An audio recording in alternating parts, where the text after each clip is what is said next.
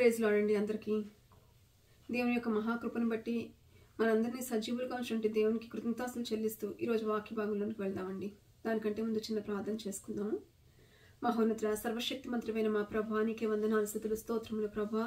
తండ్రి నాయన, మీ యొక్క వాక్యము తండ్రి నెమర్తండి, నేను రెండంచులు గల ఖడ్గముగా తండ్రి నెమర్తండి బయలువెళ్ళుచుండగా దేవా నాయన, వినేవారిని చెప్పే నన్ను తండ్రి నేను సరిచేస్తాను. నేను నీ యొక్క బోరగా వాడుకున్న దేవా, నీ యొక్క శిలువ మార్గం అందరినీ నడిపించమని, అంతేకాకుండా ప్రభా మాట్లాడినప్పుడు మీరు కాదు పరిశుద్ధాత్మని సెలవిచ్చిన దేవుడు తండ్రి, పరిశుద్ధాత్మ కార్యం తండ్రి నేను నాలో మా అందరిలో జరిగించమని నాయన తండ్రి మీరే మీ కృపను కృమ్మరించి దీవించి ఆశీర్వదిస్తారని కొద్దిపాటి మాటలు మీ సంధానం చేర్చుకుంటాను. యేసు క్రీస్తు వారి శ్రేష్టమైన పరిశుద్ధమైన నామమున అడిగి వేడుకుంటున్నాను నా పరమ తండ్రి, ఆమేన్. ప్రైజ్ లార్డ్ అండి. ఈరోజు వాక్య భాగంగా సీమోను పేతురును, దిదుమా అనబడిన తోమాయు, గలిలయలోని కానా అను ఊరివాడకు నతానీయేలును, జెబెదయి కుమారులను ఆయన శిష్యులతో మరి ఇద్దరును కూడి ఉండరి. సీమోను పేతురు, నేను చేపలు పట్టబోదునని వారితో అనగా, వారు మేమును నీతో కూడా వచ్చదమని. వారు వెళ్ళి దోణి ఎక్కిరి, కానీ ఆ రాత్రి ఏమీయూ పట్టలేదు. ఇంగ్లీష్లో కూడా చూసుకుందామండి. John chapter 21 verse 2 and 3. Simon Peter, Thomas called the twin, Nathanael of Cana in Galilee, the son of Zebedee, and the two others, his disciples, were together. Simon Peter said to them, I am going fishing. They said to him, we will go with you. They went out and got into the boat, but that night they caught nothing. So ఇక్కడ ఈ వాక్య భాగంలో మనం చూసినట్లయితే, ఈ వాక్యము అంటే యేసు ప్రభు తన శిష్యులుగా అనేక మందిని ఎన్నిక చేసుకున్నారు. దానిలో ముఖ్యులైనటువంటి వాళ్ళు ఒక 12 మెంబర్స్ కదా. మనందరికీ ఆ 12 మెంబర్స్ గురించి మనకందరికీ తెలుసు. So they went wear ever Jesus vent. For 3.5 years they were with Jesus. All the time they are with Jesus. That means they have seen so many miracles. They have seen so many things with their naked eyes, and they are able to see the glory of God, Transfiguration Tower. So అట్లా అంటే ప్రతి విషయంలో కూడా దేవుని ఎంతో క్లోజ్గా watch చేశారు, క్లోజ్గా ఆయన్ని అబ్జర్వ్ చేసిన వాళ్ళుగా మనకు కనపడుతున్నారండి. సో ఇలా కనపడిన తర్వాత దేవుడు ఫ్రమ్ ద బిగినింగ్ ఆయన ఏమని చెప్తూ ఉన్నారంటే, నేను చనిపోవడానికి వచ్చాను, ప్రతి ఒక్కరి పాపాన్ని రక్షించడానికి, పాపాల నుంచి విమోచన కలుగచేయడానికి నేను చనిపోయి మరలా 3rd day నేను తిరిగి లేచి తండ్రి కుడిపాసం దగ్గరికి వెళ్తాను అని చెప్పేసి, తండ్రి కుడిపాసం ముందు కూర్చొని ఉంటాను అని చెప్పేసి from the beginning he is giving the instructions to his disciples. He is letting his disciples know what is going to be the future plans. So అంటే ఇప్పుడు మన జీవితంలో కూడా మనకి అంటే దేవుడు కొన్ని వాగ్దానాల ద్వారా మనకు చెప్తూ ఉంటాడు, కొన్ని విషయాలు మనకి బయలుపరుస్తూ ఉంటాడు, కొన్ని విషయాలు ఆయన డ్రీమ్స్ ద్వారా చెప్తాడు, కొన్ని విషయాలు మనకి దర్శనాల ద్వారా చెప్తాడు, కొన్ని విషయాలు మనకి వాక్య పరిచర్యలో మనకి పాస్టర్స్ మనకి ప్రీచ్ చేసేటప్పుడు పరిశుద్ధాత్మ తండ్రి మనకి బోధిస్తూ ఉంటాడు. సో ఇవన్నీ కూడా వీటన్నిటినీ కూడా మనం వింటూ ఉంటాము, మనం గ్రహిస్తూ ఉంటాము. Sometimes we're going to forget those. So అలా కూడా మనం చేస్తూ ఉంటాం. ఇక్కడ వీళ్ళ పరిస్థితిని చూస్తూ ఉంటే, సో అక్కడ కపుల్ ఆఫ్ డిసైపుల్స్ ఉన్నారు. వారిలో మనకి పీటర్ గురించి అందరికీ కూడా ఐడియా ఉంది కదండి. Peter he is like a leader. So ప్రతిదానికి కూడా అంటే మనం ఇలా చేద్దాం అలా చేద్దాం అని చెప్పి ఇన్స్ట్రక్షన్స్ ఇచ్చేటువంటి ఒక మనిషిగా కనపడుతూ ఉంటాడు. అంతేకాకుండా పేతురు ఆయనతో పాటు కొంతమంది డిసైపుల్స్ అక్కడ ఉన్నప్పుడు పేతురు ఒక డెసిషన్ తీసుకున్నాడు అనమాట. ఒక లీడర్ లాగా, ఇప్పుడు క్లాస్లో ఒక లీడర్ ఉంటాడు కదా, అరే మనం ఇక్కడికి వెళ్దాంరా, మనం క్రికెట్ ఆడదాంరా అంటే, లేదంటే మనం ఒక గేమ్ ఆడడానికి వెళ్దాం, సాకర్ ఆడదాం, లేకుంటే ఫుట్బాల్ ఆడదాం, బాస్కెట్ బాల్ ఆడదాం అనగానే okay I want to come, I want to join with you అని చెప్పేసి కొంతమంది వాళ్ళతోటి కంపెనీ చేస్తూ ఉంటారు. లేకుంటే గర్ల్స్ ఎవరైనా సరే, if someone is a leader, if they are going to say that I want to go for shopping, so other people are going to follow those friends. So those leader ఫ్రెండ్ని మనం మిగతా వాళ్ళు కూడా follow చేస్తూ వెళ్తూ ఉంటారు కదా. అట్లాగే ఇక్కడ పీటర్ ఒక లీడర్గా కనపడుతున్నాడు అనమాట. I want to go back to fishing అని చెప్పినట్లుగా కనపడుతుంది. ఇక్కడ అంటే దేవుని యొక్క ఉద్దేశము, దేవుని యొక్క తలంపు ఏంటి అంటే, పీటర్నే కానీ లేకుంటే ఆయన డిసైపుల్స్ని ఏర్పాటు చేసుకోవడానికి కారణం ఏంటి అంటే, so he want them to serve the world. So ఆయన యొక్క గాస్పెల్ని ప్రీచ్ చేయాలి అని చెప్పేసి. అంతేకాకుండా మనకి మాథ్యూ 28 చాప్టర్లో లాస్ట్ వర్సెస్లో ఆయన చెప్పింది ఏంటి అంటే, మీరు సర్వలోకానికి వెళ్ళి సర్వ సృష్టికి కూడా మీరు సువార్తను ప్రకటించండి. అంతేకాకుండా తండ్రి యొక్కయు కుమారుని యొక్క పరిశుద్ధాత్మ నామంలో ప్రతి ఒక్కరికి కూడా బ్యాప్టిజం ఇవ్వండి అని చెప్పేసి those are the instructions God has given to the disciples. So వారికి అక్కడ ఆ టైంలో వాళ్ళకి డిసైపుల్స్కి ఇచ్చారు. అంతేకాకుండా ఇప్పుడు ఈ లోకంలో మనం ఎవరైతే దేవుని నమ్మి దేవుని మనం వెంబడిస్తూ మనం అనుసరిస్తూ ఉన్నామో, సో మనందరికీ కూడా ఇచ్చినటువంటి ఆయన ఇన్స్ట్రక్షన్ ఏంటి అంటే, so we have to make disciples to God. So అది ప్రీచర్ ఒక్కటే కాదు, కానీ ప్రతి ఒక్క ఇండివిజువల్గా ప్రతి ఒక్క విశ్వాసకి ప్రతి ఒక్క బిలీవర్కి కూడా దేవుడు ఇచ్చినటువంటి ఇన్స్ట్రక్షన్స్ అదనమాట.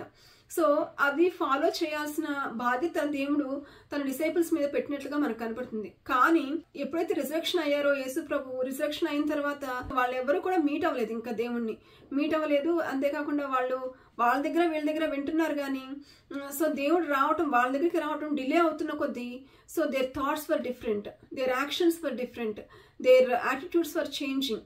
సో అలాగే మన జీవితంలో కూడా మనకు ఒక దేవుడు ఒక ప్రామిస్ ఇచ్చి ఉంటాడండి, కానీ ఆ ప్రామిస్ మనకు డిలే అయ్యే కొద్దీ so our thoughts are going to be wavering, our thoughts are going to be in wavering spirit. So అంతేకాకుండా ఆ వేవరింగ్ స్పిరిట్లో మనం I want to go back to my old tradition, old customs, old attitudes, old థాట్స్లోకి మనం వెళ్ళిపోవాలి అని చెప్పేసి అనుకుంటూ ఉంటాం. కానీ when you are in Christ you are a new creation అని దేవుడు చెప్పాడు. అంటే every old has gone, everything become new, అది దేవుడు చెప్తున్నమాట. అంటే కానీ ఇక్కడ మనం ఏంటి అంటే మనకి ఇచ్చినటువంటి promise whenever there is getting delayed, whenever it is getting postponed, so అలాంటి టైంలో మనం ఏంటంటే we want to go back to our old jobs, our old thoughts, our old actions, our old houses, our old things. So ఏదైనా కావచ్చు, అది మీరు జీవితంలో ఎటువంటి స్థితిలో నుంచి వెళ్తున్నారో, ఎటువంటి సిచ్యువేషన్ నుంచి వెళ్తున్నారో, అది God is directly speaking to you this day. దేవుడు నాకు ఈ కార్యం చేయట్లేదు కాబట్టి I want to go back to the same old scenarios, same old situations or same old jobs అని చెప్పేసి మరి అనుకుంటున్నారేమో, లేకుంటే సేమ్ ఓల్డ్ ప్లాన్స్కి వెళ్ళిపోదాం అని చెప్పేసి అనుకుంటున్నారేమో, లేకుంటే ఉన్నదాంతో సాటిస్ఫై అయిపోదాం అనుకుంటున్నారేమో. కానీ but God is directly speaking to us today saying that if even though it is getting delayed please be patient అని చెప్పేసి దేవుడు చెప్తున్నానండి. అంతేకాకుండా delays are not the denials అని చెప్తున్నానండి. ఎందుకు అంటే here the God's coming was delayed, but Peter వీళ్ళందరికీ కూడా అనపడడం డిలే అయ్యే కొద్దీ they want to go back to the fishing. So అందరూ కూడా బోట్ వేసుకుని, ఇప్పుడు పీటరే కాదు, పీటర్తో పాటు తనకున్నటువంటి స్నేహితులు అందరూ కూడా బోట్ వేసుకుని ఇంకా చక్కచక్క బోట్ ఎక్కేసి మళ్ళీ మనం ఇంకో ఫిషింగ్ చేసేసేద్దాము, వీఆర్ ఎక్స్పర్ట్స్ కదా దానిలో అని చెప్పేసి they thought of it. So 3.5 years వదిలేసినప్పటికీ కూడా but they have the grip on fishing. So they thought they are going to do good and they went back to the fishing. కానీ they caught nothing అనమాట. ఆ night అసలు ఏది కూడా వాళ్ళు పొందుకోలేకపోయారు, అంటే ఒక్క ఫిష్ను కూడా వాళ్ళు పట్టలేకపోయారు. సో అట్లాగే మనం కూడా అంటే మన ఓన్ థాట్ తోటి మనం వెనక్కి వెళ్ళిపోయాం అనుకోండి, మనం అనుకున్న గమ్యస్థానం మనం చేరలేము. మనం అనుకున్నట్టు మనకి దేవుడి ఇచ్చే ప్రామిస్ని మన ఫుల్ఫిల్మెంట్ మనం చూడలేము.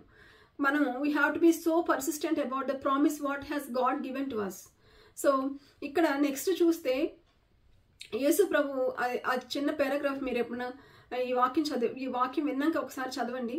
సో అప్పుడు అక్కడ యేసు ప్రభు ప్రత్యక్షం అవడం జరుగుతుంది. యేసు ప్రభు ప్రత్యక్షమైన తర్వాత సో వెంటనే ఆయన చెప్పిన మాట ఏంటి అంటే, so caste your nets to the other end, కుడివైపుకి మీ యొక్క వలను వేయండి అని చెప్పేసి దేవుడు చెప్పినట్లుగా మనం చూస్తామండి. చెప్పంగానే వాళ్ళు నెట్స్ వేయడం జరుగుతుంది. సో నెట్స్ వేయంగానే ఏమవుతుంది అంటే they were able to caste lot of fishes. So అవి ఎంత అంటే అసలు వాళ్ళ నెట్స్ని వాళ్ళు పుల్ చేయలేకపోతున్నారు అనమాట. So those many huge and many number of fishes they are able to cot.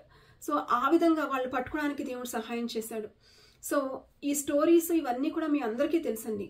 God has put my heart is whenever the things are getting delayed, whenever the things are getting postponed, then you just wait for the God's provision, God intervenes so that we are going to see the mighty miracles and the mighty move of God in our midst.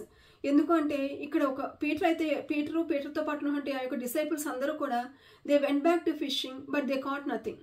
So అలాగే నువ్వు కూడా నేను కూడా ఒకవేళ నా దేవుడు నాకు ఈ ప్రామిస్ని అనవసరంగా అంటే నా జీవితంలో ఈ ప్రామిస్ నెరవేరదేమో, I want to go back to the same scenario, same situation, same life స్టైల్కి నేను వెళ్ళిపోతాను అని చెప్పేసి నువ్వు అనుకుంటున్నావేమో.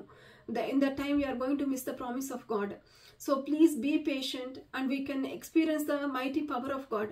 ఎందుకు అంటే నేను ఎందుకు అంత స్ట్రెస్ చేసి చెప్తున్నానంటే because our God is a God who is always stands on the promises. So మనకి ఈ ప్రామిస్ ఎలా అవుతుంది అని చెప్పేసి మనకు అర్థం కాదు కానీ but definitely God has a way for it. God knows the way, God knows the plan, God knows the purpose. So ఎప్పుడు ఇవ్వాలి, ఎలా ఇవ్వాలి, ఎట్లా ఇవ్వాలి అనేది ప్రతిదీ everything he knows. He already prepared a plan for us. కాబట్టి మనం ఏం చేయాలి అంటే, so whenever the things are getting delayed, keep trusting God, keep trusting him, keep trusting his mighty power, because his mighty power never fails. అంతేకాకుండా మన promises, దేవుడు మనకిచ్చిన promises they never fail. కంపల్సరీగా ఆయన మన జీవితంలో కార్యం చేసే దేవుడుగా ఉన్నాడు. ఇక్కడ వాళ్ళు అంటే ఇలా ఒక్కసారి వలవేయంగానే వాళ్ళు అంత విస్తారమైన దీవెన, అంత విస్తారమైన చేపల్ని వాళ్ళు పట్టగలిగారండి. సో అట్లాగే మన జీవితంలో కూడా మనము దేవుని యొక్క వెయిటింగ్ టైంలో మనం దేవుని దగ్గర, మనం దేవుని సన్నిధిలో మనం కనిపెట్టి మనం ప్రార్థన చేస్తూ ఉన్నప్పుడు, so God is going to give us double fold blessing. So ఇక్కడ డబుల్ ఫోల్డ్ బ్లెస్సింగ్ వచ్చిందో లేకపోతే 100 folds ఆఫ్ బ్లెస్సింగ్ వచ్చిందో నాకైతే కరెక్ట్గా తెలియదు కానీ but God has given much more than their expected. So ఆ విధంగా దేవుడు మనకు కూడా సహాయం చేసే దేవుడు. ఎందుకు అంటే ఆయన శిష్యుల్ని అంటే పేతుర్ని, యోహాన్ని ఏ విధంగా అయితే ప్రేమిస్తున్నాడో అదే విధంగా మనల్ని ప్రేమిస్తున్నాడు. ఆ అగాపే లవ్ని మన మీద కూడా చూపిస్తున్నాడు. సో అటువంటి ప్రేమను చూపిస్తూ ఉన్నాడు కాబట్టి ఆయన మనం నమ్ముతూ ఉన్నప్పుడు ఆయన ఒక అద్భుతాలు మనం తప్పకుండా మన జీవితంలో అనుభవిస్తాము, మనం పొందుకుంటాము. అంతేకాకుండా దేవునికి మనం సాక్షులుగా నిలబడతాము. సో ఎప్పుడైతే ఈ యొక్క దేవుని యొక్క కార్యాలు మనకు డిలే అవుతున్నాయో, so please be persistent in prayer. Please continuously pray in the presence of God, because God is the one who is going to acknowledge each and every prayer request what we have put in his presence. So కాబట్టి ఆయన సన్నిధిలో ఉంటే ఆ సంపూర్ణ సంతోషంలో మనకుంటే ప్రతి అవసరతని తీర్చే దేవుడుగా మనకి తండ్రి ఉన్నారు. కాబట్టి మనము ప్రార్థన చేసి ప్రార్థన ద్వారానే అన్నీ పొందుకుంటాం. కాబట్టి మనం ఎక్కడా కూడా తొందరపడాల్సిన అవసరం లేదు, ఎక్కడా కంగారు పడాల్సిన అవసరం లేదు, ఎక్కడా కూడా డిలే అయిపోతుందంటే వర్రీ అవ్వాల్సిన అవసరం లేదు. Definitely God has a plan, God has a purpose. మనం ఈ వాక్య భాగం నుంచి మనం తెలుసుకున్న విషయం ఏంటి అంటే, whenever the things are getting delayed, don't be discouraged. Be filled with the Spirit and pray in Spirit and ask God so that he is going to give us the patience and also give us the ability so that we can inherit the promise. So ఆ విధంగా మనల్ని దేవుని నడిపించడానికి ఇష్టపడుతున్నాడు. కాబట్టి ఆ విధంగా మనం అందరం కూడా ముందుకు నడవాలి అని చెప్పేసి ఆశపడుతూ దేవుని సన్నిధిలో ఈ వాక్యాన్ని ఆయన శిరరక్తంతో ముద్రిస్తూ ఈ యొక్క వాక్యాన్ని నేను ముగిస్తున్నానండి. Thank you for encouraging me and please do subscribe, like and share. Thank you. Have a blessed time.